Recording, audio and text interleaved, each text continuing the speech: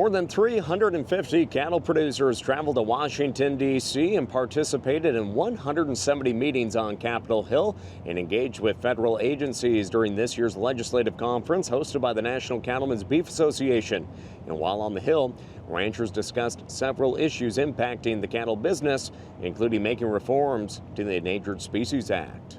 Right now, from our perspective, the Department of Interior is just kind of out of control.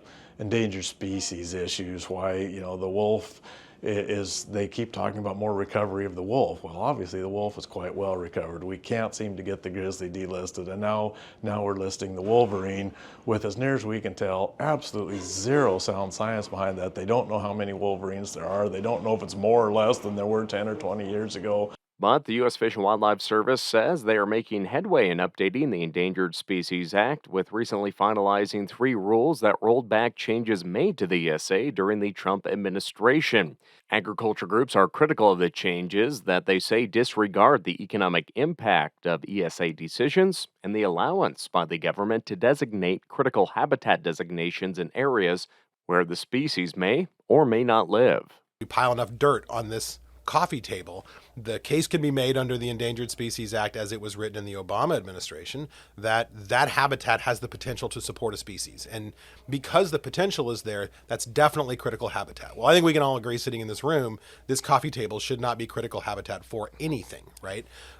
That's really what we're talking about. On the economic side, there is a long-held belief in the environmental community that you have to consider these species without the burden of considering economic impact, right? Because it'll cloud your judgment if you let dirty money get involved.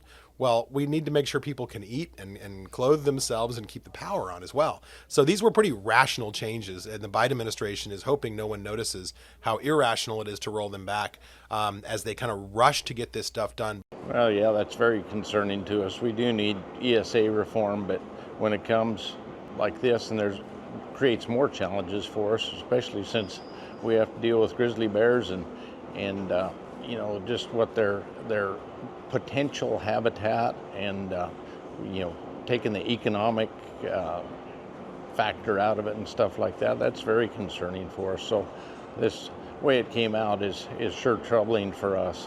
The discussion around delisting the grizzly bear in states like Montana, Wyoming, and Idaho come as the Biden administration is making moves to introduce the apex predator in the North Cascades ecosystem of Washington state, a move opposed by family cattle producers in the region.